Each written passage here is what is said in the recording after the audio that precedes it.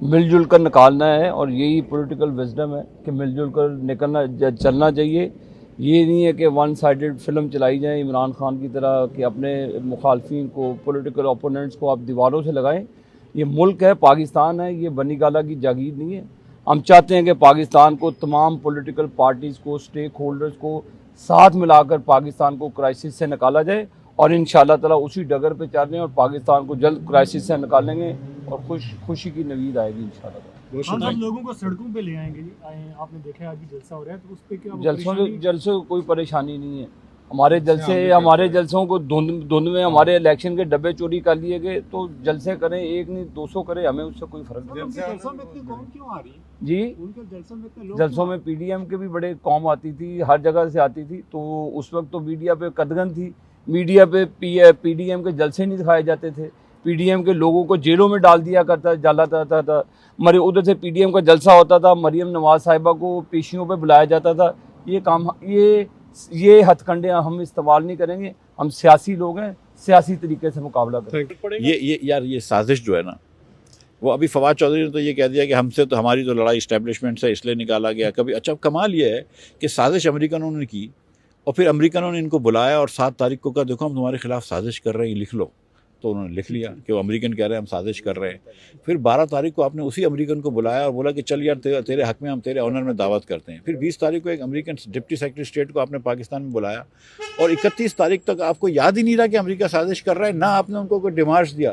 31 کو جب فوجیوں کو آپ نے پہلی مرتبہ بتایا کہ ہمارے خلاف سازش ہو رہی ہے، تو تب جا کے آپ نے کہا چلو ان کو ایک لیٹر لکھ دو کہ یار آپ سازش نہ کریں. پاگل جیسی باتیں، بچوں جیسی باتیں.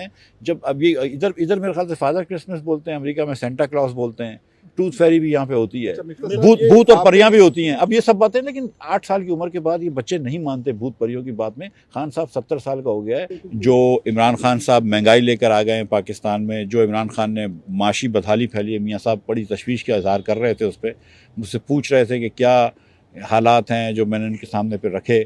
تو میاں صاحب بڑے افسردہ بھی تھے کہ کہاں پہ ہم چھوڑ کے گئے تھے 18 میں، جو ایک پاکستان پھلتا پھول رہا تھا، اور آج کہاں پہ لے کر آ گیا عمران خان. ان سارے مسائل کا حل کیا ہے پھر آپ کے پاس، کیا حل ہے اس کا؟ سر جو سب سے پہلے تو یہ ہے کہ مسائل لوگوں کو پتہ ہونے چاہیے کہ کیا ہے پاکستان میں، اور کتنا قرض اٹھا لیا عمران خان نے. 80% پاکستان میں جو اٹھایا گیا تھا اس کا اٹھایا گیا ہے. اس سال کتنا بجٹ خسارہ کر رہے ہیں، کتنی مہنگائی آ گئی ہے. اور یہ جب چیزیں کی بات سمجھ میں آتی ہے تو پھر آپ کو اس میں کچھ نہ کچھ حکومت کو بیلٹ ٹائٹننگ کرنا ہوگا. میاں صاحب نے مجھے ابھی بھی ہدایت دی ہے کہ آپ نے عوام کے اوپر کوئی بوجھ نہیں ڈالنا. تو انشاءاللہ عوام کے اوپر بوجھ ڈالے بغیر جس خوش اسلوبی سے ہم کر سکیں گے، IMF سے ایگریمنٹ کریں گے اور انشاءاللہ پاکستان کو آگے لے کے جائیں گے. دونوں پہ آؤں گا جی. سب سے پہلا جو وہ ہے، دیکھیں سچی بات ہے کہ ہمارا اس وقت جو ہمارا بڑا رہنے کا جو جواز ہے، ہم تو سچ مچ چاہتے ہیں، ساری اتحادی پارٹیاں چاہتی ہیں کہ الیکشن کروا دیں. میاں نواز شریف تو پہلے سے یہ کہتے تھے کہ الیکشن فوراً حل کرے، الیکشن ہی حل ہے. اس میں ہم یہ بات سمجھتے ہیں.